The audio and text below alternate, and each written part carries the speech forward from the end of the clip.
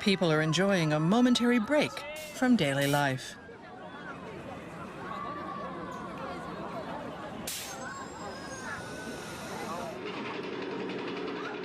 More and more recreational facilities are opening around the country. The people who use them are mainly officials of the Korean Workers' Party, the military, and their families.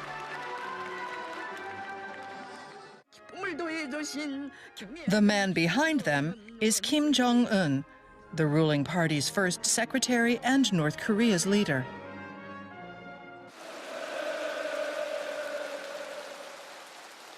It was Kim who had his uncle and guardian purged in December 2013.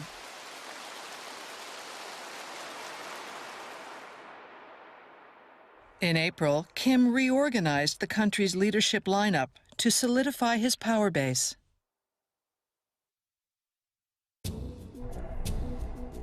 North Korea has become increasingly isolated under a series of international economic sanctions. The country is in financial straits. How has the totalitarian regime managed to stay in power?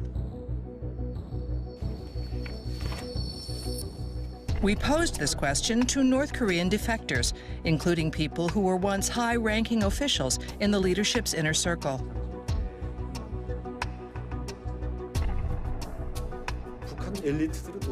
You may find it difficult to understand why only senior officials have affluent lifestyles. But if you look into North Korea's unique hidden economy, you'll see how the leadership secures funds and maintains the regime.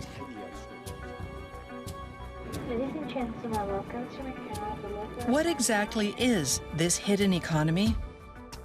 Our investigations in several countries revealed the existence of secret funds that only the supreme leader can freely use. Kim Jong-un's funds are foreign currency brought in from abroad.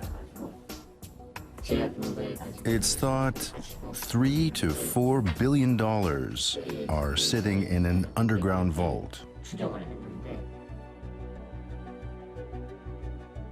How are massive funds for sustaining the regime generated, and how are they used?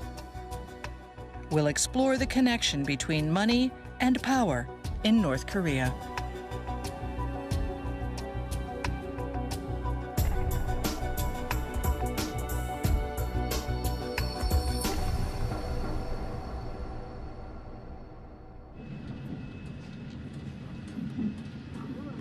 More than 2 years have passed since Kim Jong-un took control. The capital is undergoing a big transformation. Isn't this wonderful? It's the most modern place in Pyongyang.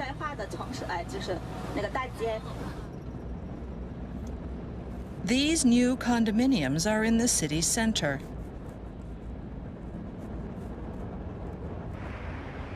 The residents are said to have been chosen for their contributions to the country.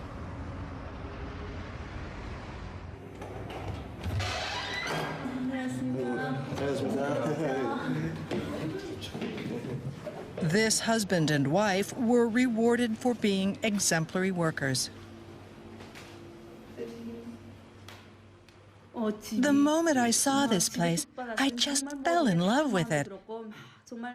Everything is nice and of the highest grade. It's a comfortable place to live.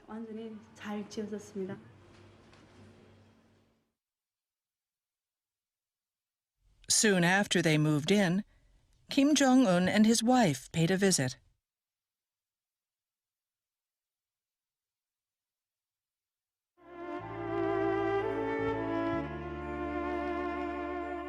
The occasion was broadcast on state-run TV. 경애하는 원수님께 가족들은 자기들에게 이런 궁전 같은 집이 차려질 줄은 꿈에도 상상하지 못했는데 이렇게 사랑의 선물까지 가슴 가득 안겨주시니 정말 고맙다고 격정의 말씀을 올렸습니다.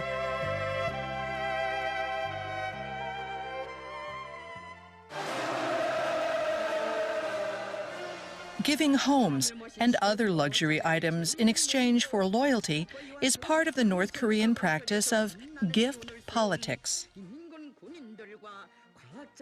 The recipients range from ordinary citizens to higher-ups in the ruling party and the military.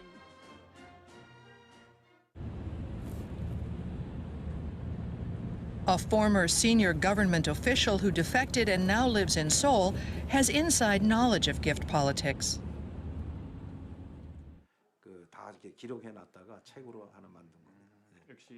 Until the mid-1990s, Kang Myung-do worked in North Korea at an organization directly controlled by the leader.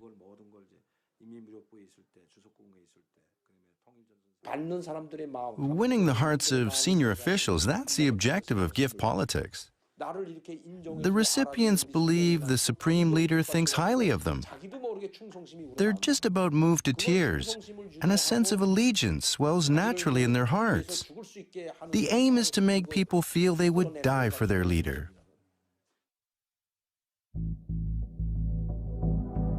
The person who began gift politics was Kim Jong-un's father, the late General Secretary Kim Jong-il. In the early 1970s, he emerged as the successor to his father, Kim Il-sung, the founder of North Korea. He showered his supporters with expensive gifts and ruthlessly removed those who opposed him. This effective use of carrots and sticks enabled him to firmly establish power. Kang says the organization he worked for has a section designated to procuring and distributing gifts. He says the staff gathered luxury goods from all over the world.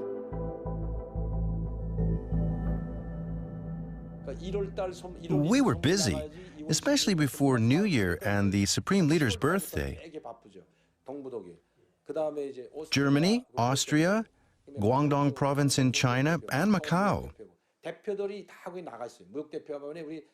Staff were sent there to buy presents for senior officials.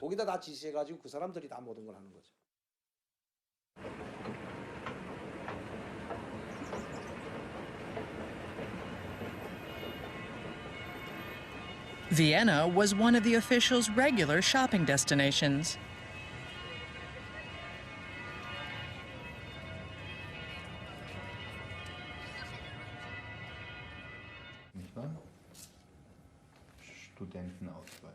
A man who says he was once involved in gift buying agreed to an interview. Kim Jong-rul was in charge of managing luxury cars for North Korea's senior officials. He says that over a 20-year period, he was often sent to Europe to buy cars and other extravagant goods.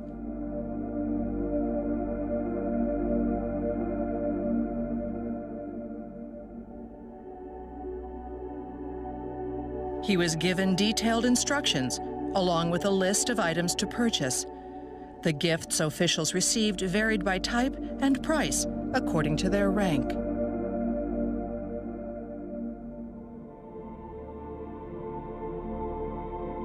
Limousines, Mercedes-Benz cars.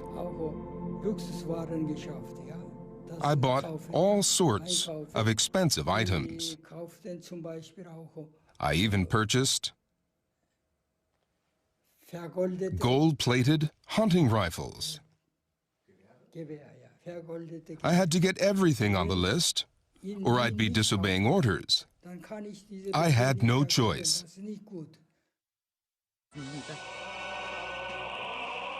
Kim Jong-il's gift politics is said to have become progressively more extravagant. If he gave cheaper gifts or stopped altogether, subordinates' loyalty might waver.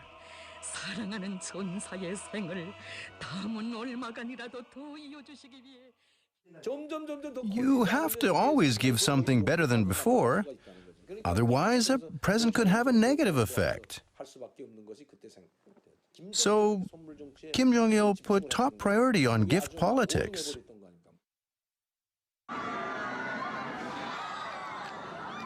Kim Jong-un inherited this method of governing.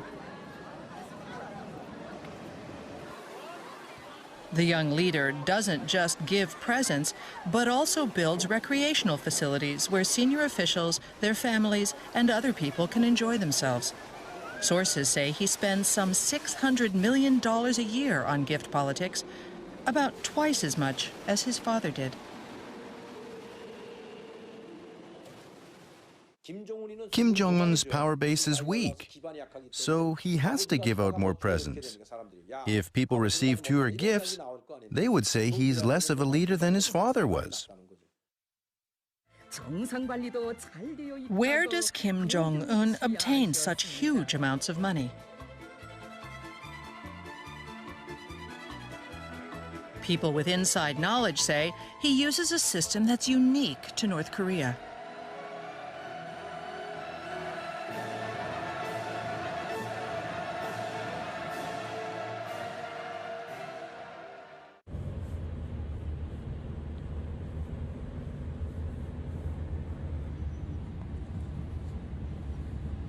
Kim Kwon-jin was an executive at North Korea's finance division before he defected to South Korea. He's known as one of the foremost experts on North Korea's economy.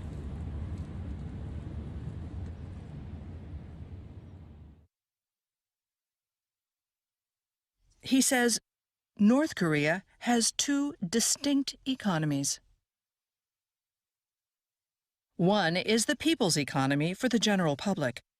The other is the royal court economy and is controlled by the leader. The supreme leader has created his own economy that he personally manages, separate from the national coffers.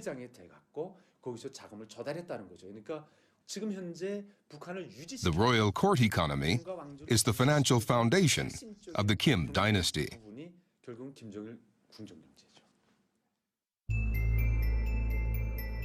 The people's economy is a typical socialist economic system. Citizens use plans compiled by the party and the cabinet to produce goods and services. They receive supplies in return.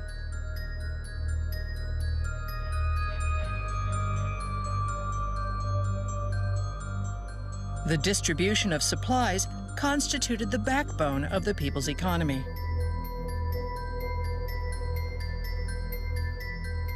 The government guaranteed that it would provide citizens with all of their food and daily essentials.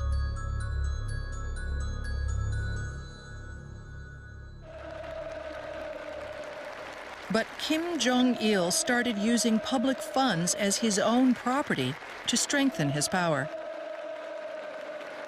That's how the royal court economy began.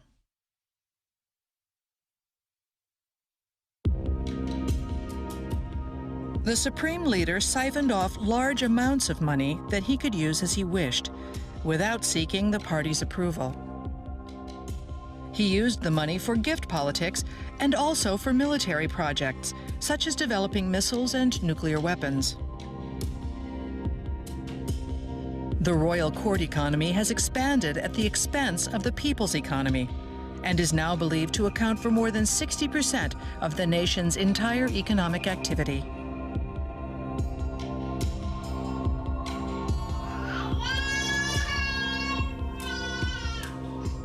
In the meantime, many citizens live in poverty. In the 1990s, the distribution of supplies that the public relied on effectively collapsed. Because of that and natural disasters, huge numbers of people died of starvation. The royal court economy is the nourishment that maintains the Kim dynasty. It is a parasite that sticks a straw into the people's economy and sucks out the flesh. It's like a cancer on socialism.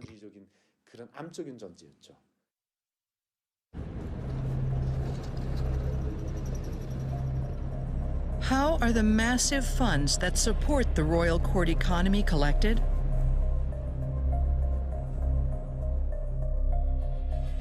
Our research shows that North Korea has an organization dedicated to that task.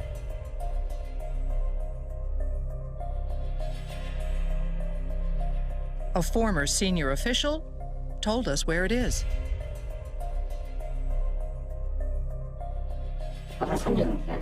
This is room 39. All the money it gathers goes to the leader.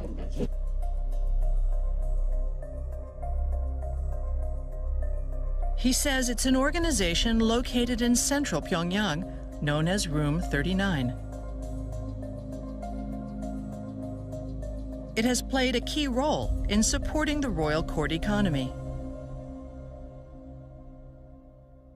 Sources say Room 39 controls all sorts of businesses, from trading companies and mines to farms and livestock producers. The foreign currency collected by Room 39 flows directly to the Supreme Leader. It's kept separate from the state budget. The former official says the money is stored in party headquarters near Room 39.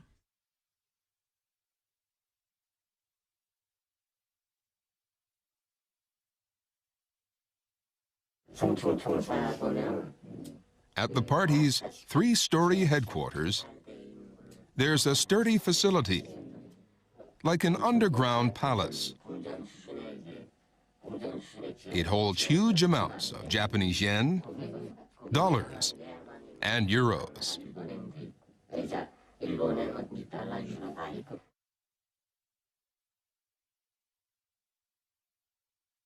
It's unclear just how much foreign currency the people at Room 39 have helped to gather.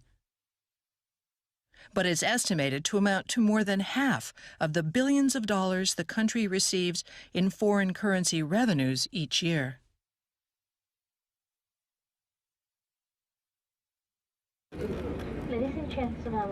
The royal court economy is made possible by massive amounts of foreign funds. We visited one of Room 39's operational hubs, Macau, to find out how it works.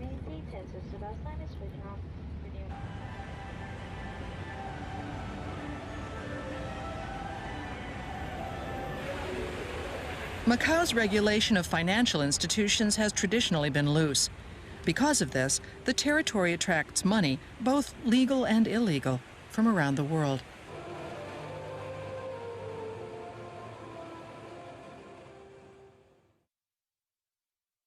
A former high-ranking North Korean official who worked in Macau until recently agreed to talk to us on condition of anonymity.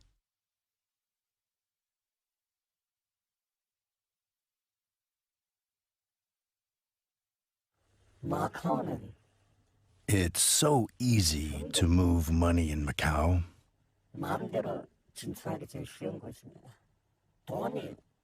There's no place like it for making secret deals.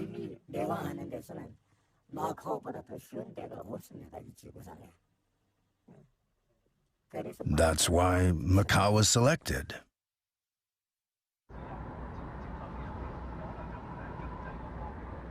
The man guided us to a certain place.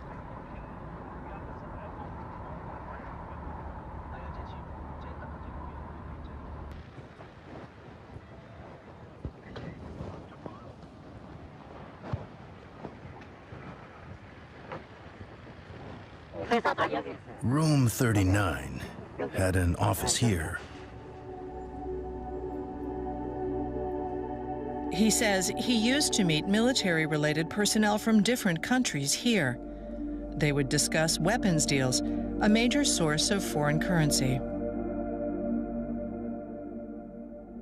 The weapons were destined for Southeast Asian nations like Vietnam and Myanmar, those in the Middle East, such as Iran and Syria, and even some countries in Africa.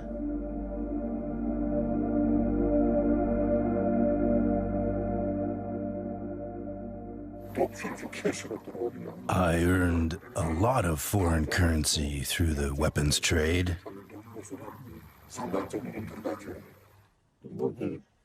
I sent the money to North Korea through Macau.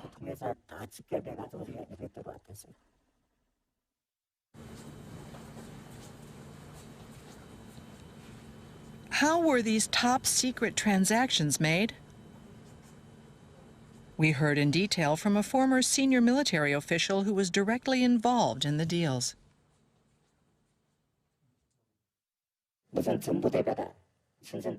We had buyers visit Pyongyang as government envoys.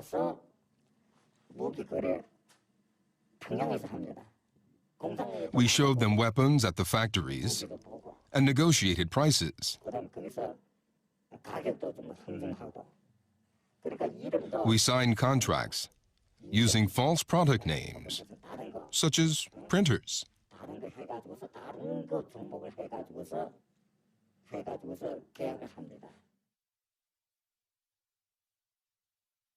He says deceptive measures were also used during transport.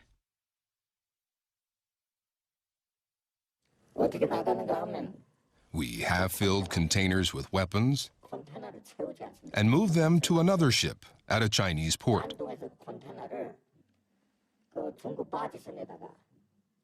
Then we piled other goods on top of the weapons and filed forged papers.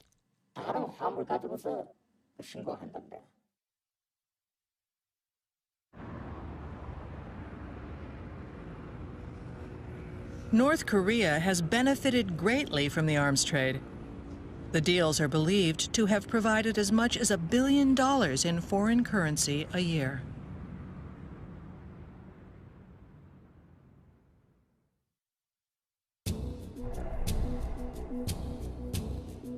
Governments are now working together to cut off the North's funding sources.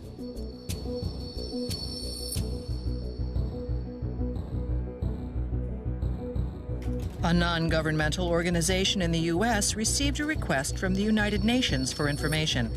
Trans Arms monitors North Korea's weapons trafficking. 208 active North Korean flagged. The group keeps track of North Korean vessels and aircraft around the clock.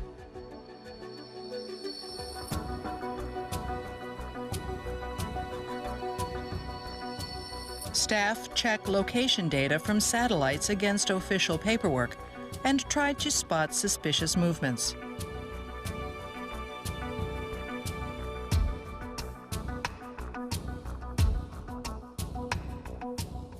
Destination is Daean. However, this ship...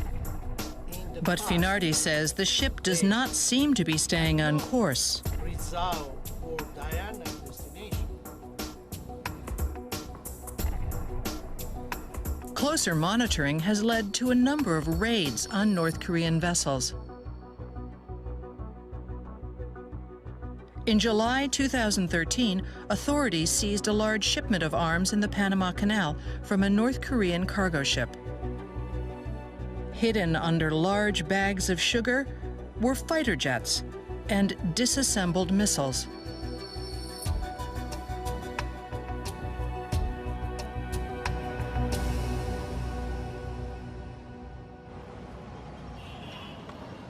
Governments are also joining hands to stop the flow of money to and from North Korea.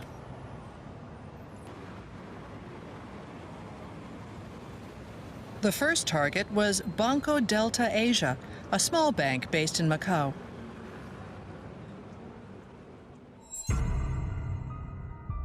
The U.S. government forced BDA to freeze accounts held by North Korea in 2005.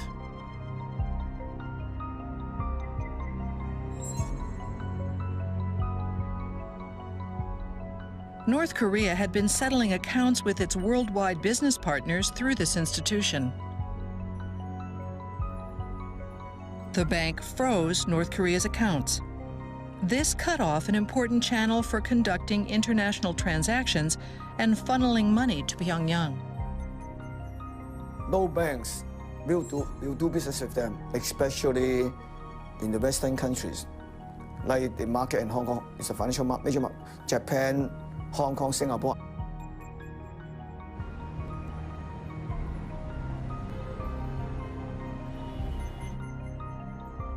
David Asher was involved in the decision to impose financial sanctions. He says officials thoroughly investigated North Korea's accounts at BDA.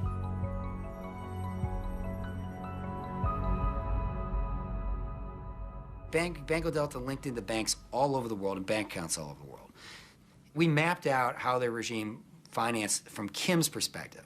And our goal was to send a message to Kim that if he didn't cooperate, we could cut him off personally, and he would be held responsible.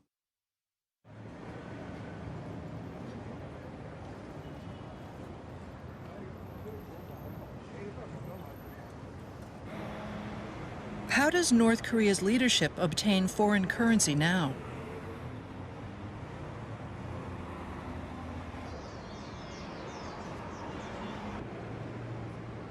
This man is the former high-ranking official who was in charge of procuring foreign funds in Macau. He says North Korea has remained active here even since the sanctions took effect. He led us to a place that's separate from the office used for arms deals.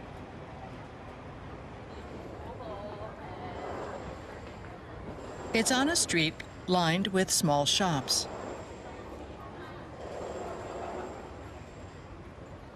The door's closed. There's no sign.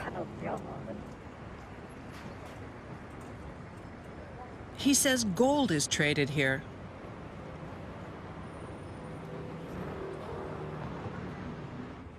North Korea's gold deposits are among the largest in the world. As arms deals became increasingly difficult, officials tried to earn foreign currency by selling gold and other mineral resources. All the gold is gathered here. Hundreds of kilos are brought by plane.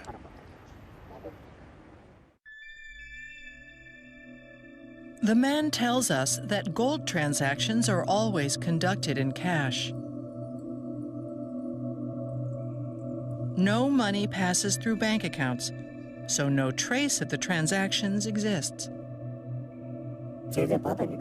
Since the UN sanctions began, the country has earned money with gold. They sold it in Macau last year, too. Cash, all in cash. The North Koreans use illegal means to move the precious metal.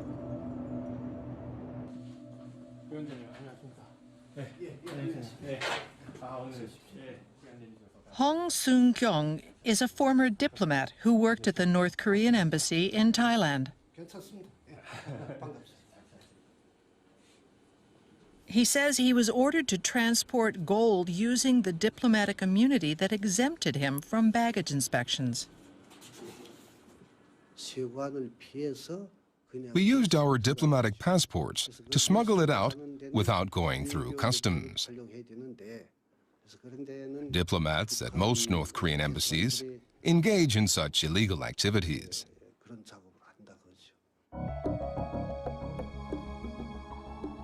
The international community is engaged in a battle with North Korea, whose leaders are determined to obtain foreign currency. A tug of war continues behind the scenes.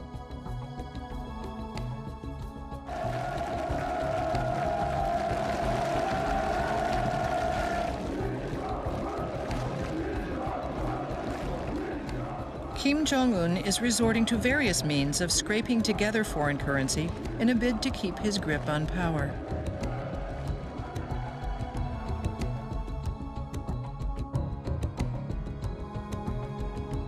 But there are signs that it's becoming increasingly difficult for him to keep the royal court economy going.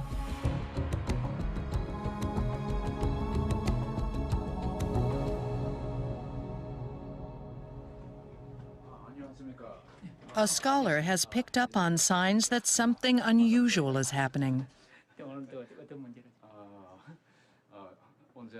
Kim Sun-chul defected in the 1990s. For more than a decade, he's been studying North Korea's power structure.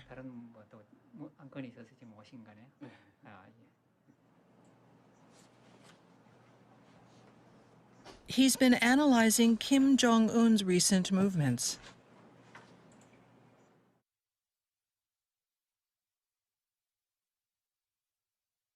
He found out that Kim is offering fewer presents than before and is relying on words of thanks instead.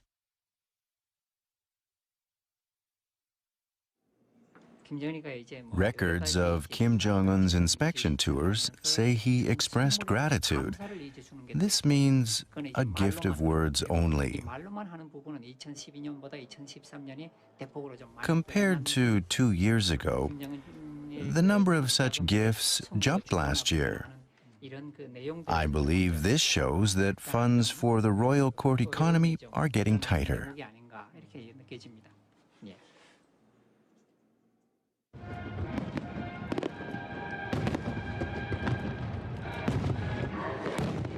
The royal court economy is crucial for Kim Jong-un to maintain power. The leader is under pressure to find new ways of earning foreign currency.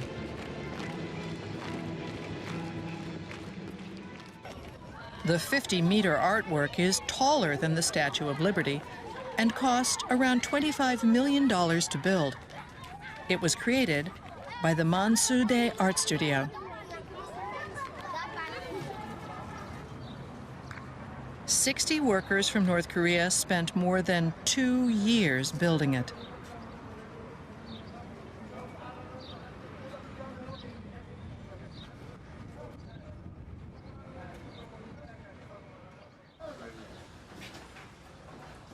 This man worked with them.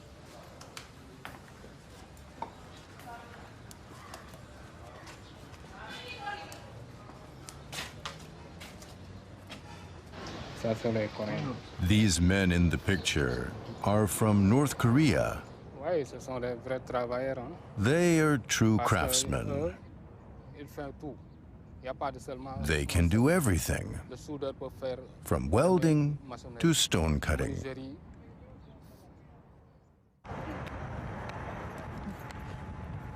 Of the total construction cost of $25 million, it's said that half was paid to North Korea.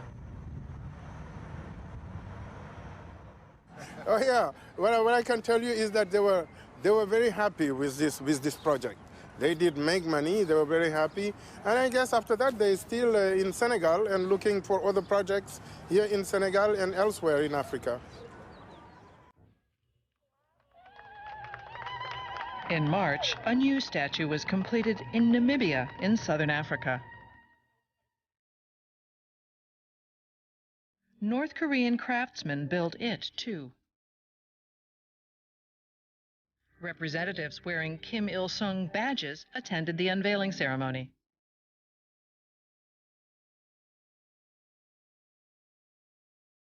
North Korea has crafted nearly 30 statues and structures in Africa.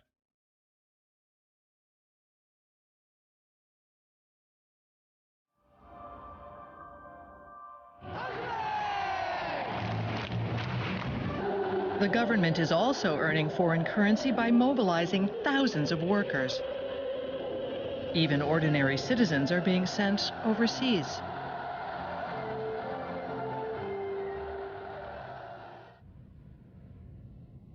This is Ulaanbaatar, the capital of Mongolia. In mid-March, more than 50 North Korean laborers were seen at an apartment construction site.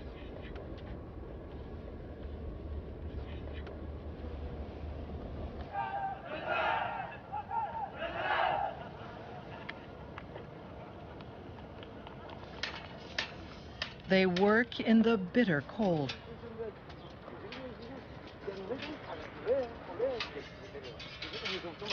The crew is under constant surveillance by North Korean authorities. Is it colder than in North Korea? I like it better in North Korea. It's our home.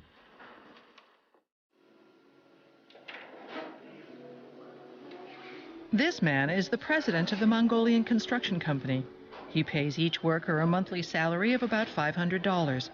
Yet most of that money is said to wind up in the hands of North Korea's government.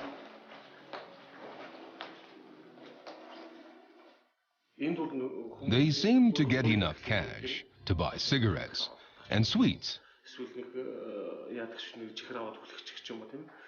but no more. I think North Korea is getting quite a lot of money.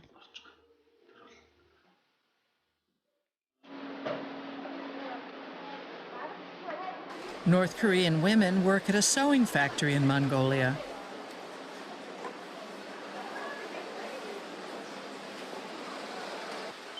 In the past, leaders in Pyongyang strictly limited people's mobility to minimize their exposure to information from abroad.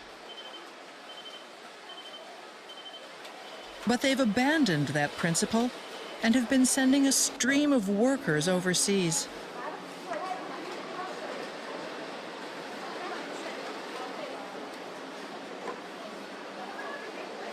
It's estimated that there are now 100,000 North Koreans working around the world.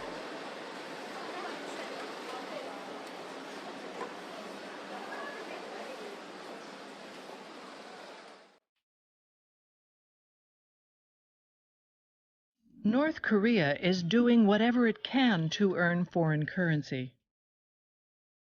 But it seems they can't gather enough funds to keep the royal court economy afloat.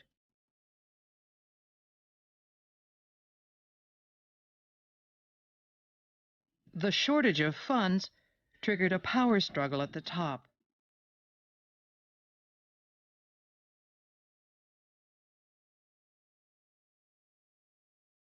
The result was the purge in December 2013 of Chang Song-taek, the de facto number 2 in North Korea's leadership.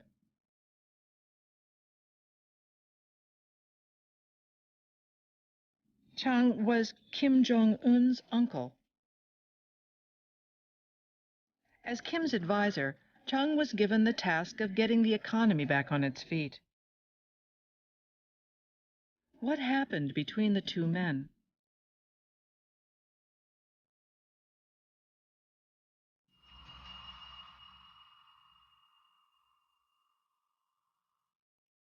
Kim Jong-un officially took office in 2012. When Chang visited China that year, he was received by Hu Jintao, who was then president. Kim expected Chang to leverage his Chinese to obtain foreign currency.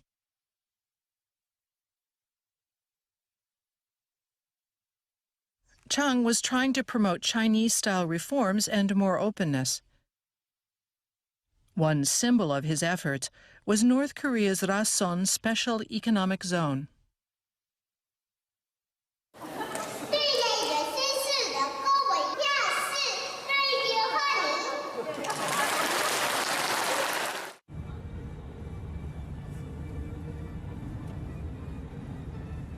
A large shopping center was built in the zone with Chinese funding.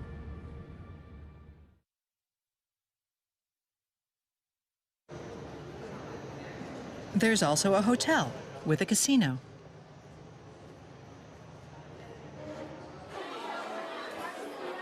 Chang tried to earn foreign currency by attracting Chinese companies to the economic zone.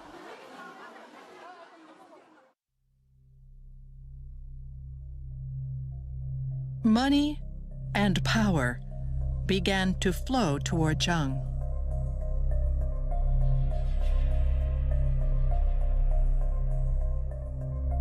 He was the head of the party's administration department.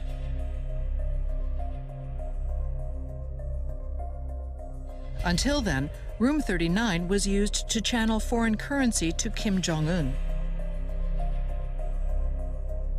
But Chang's administration department began to gain influence over the mines and trading companies that generated the funds. As a result, foreign currency began accumulating around him.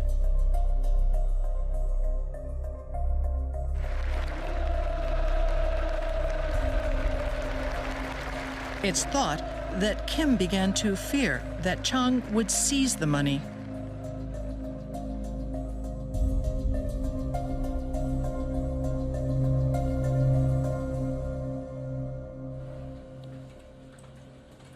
Kim Sun-chul has been following Kim Jong-un's movements. He thinks the money enabled Chang to begin wielding more power.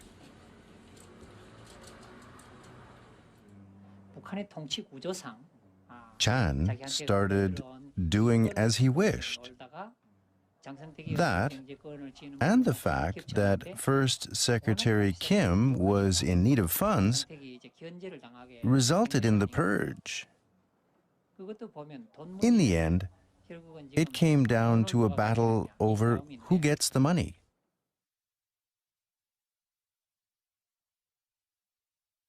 In December 2013,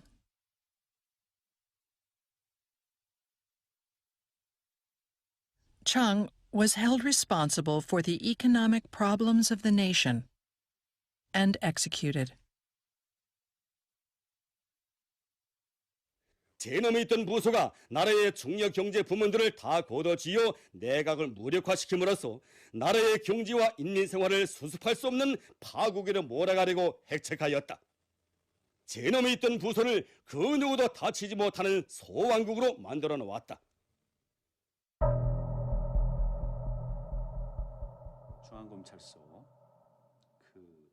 Some experts question how much power Chang really had.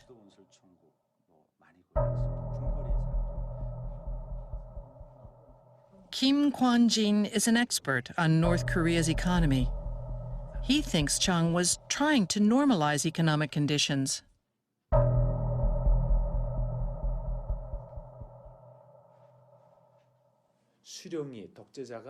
In North Korea, the leader himself has upended the people's economy. Chang aimed to create a society where people could live in prosperity. I think he was trying to rebuild the economy using foreign currency.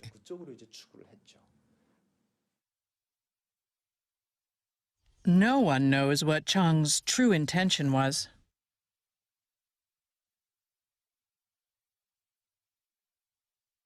Kim Jong-un purged Chang. That caused relations with China to deteriorate and further limited North Korea's channels for obtaining foreign currency.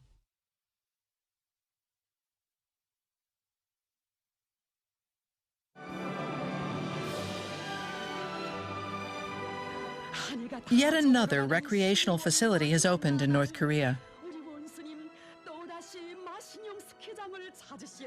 It's a large-scale ski resort.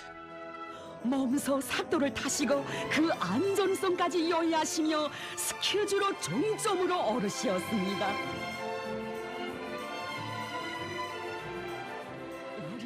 Kim Jong-un continues gift politics to maintain his hold on power. But the cost of constructing facilities is mounting. It's said that financing them is becoming more and more difficult. Everyone knows the current system is wrong. Why is it that only North Korea is impoverished? Officials know how building recreational facilities will negatively impact the economy.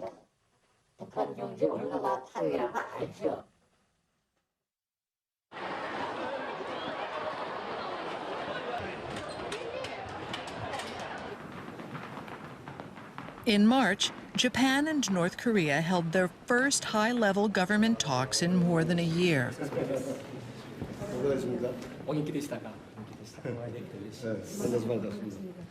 It's believed the North Koreans want Japan to ease economic sanctions.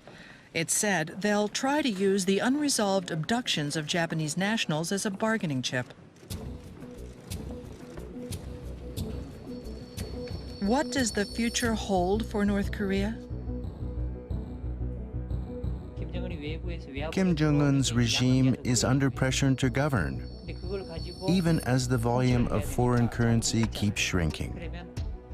As military chiefs and party leaders fight over a smaller pie, the power structure will gradually become unstable.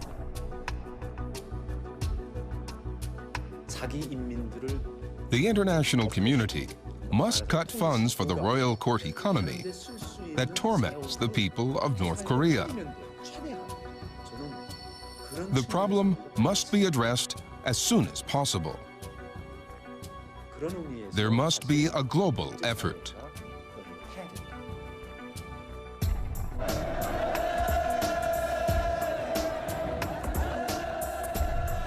For 40 years, the royal court economy has supported North Korea's power structure.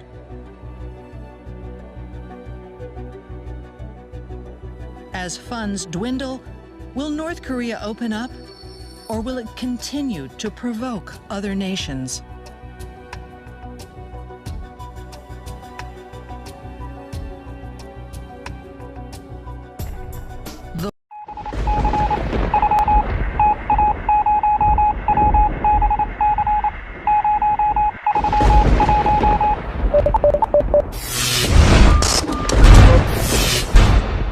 Hello, citizens of the world. We are anonymous. North Korean government is increasingly becoming a threat to peace and freedom. Don't misunderstand us. As well, we disagree with the USA government too. These guys are crooks. USA is a threat to world peace too. And direct democracy or any kind of democracy doesn't exist there. The American government is a target and enemy of Anonymous as well. This is not about country vs country. This is about we, the people, the 99% of USA and of North Korea, vs oppressing and violent regimes. Like USA govern North Korean gov. We, the people, are gathering together because we are stronger now and we won't fight your wars anymore. We won't eat your shit anymore. We demand North Korean government to stop making nukes and nuke threats. Kim Jong-un to resign. It's time to install a free direct democracy in North Korea. Uncensored internet access for all the citizens. To Kim Jong-un. So you feel the need to create large nukes and threaten half the world with them? So you're into demonstrations of power? Here is ours. We are inside your local intranets. Kwang Myong and others. We are inside your mail servers. We are inside your web servers. Enjoy these few records as a proof of our access to your systems. Random innocent citizens. Collateral damage. Because they were stupid enough to choose idiot passwords.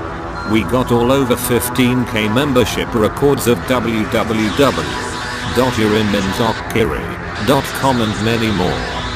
First we gonna wipe your data, then we gonna wipe your baddest dictatorship government. To the citizens of North Korea we suggest to rise up and bring these motherfuckers of a repressive government down. We are holding your back and your hand, while you take the journey to freedom, democracy and peace. You are not alone. Don't fear us. We are not terrorists, we are the good guys from the internet. Anon Korea and all the other Anons are here to set you free. We are anonymous. We are legion. We do not forgive. We do not forget. Expect us.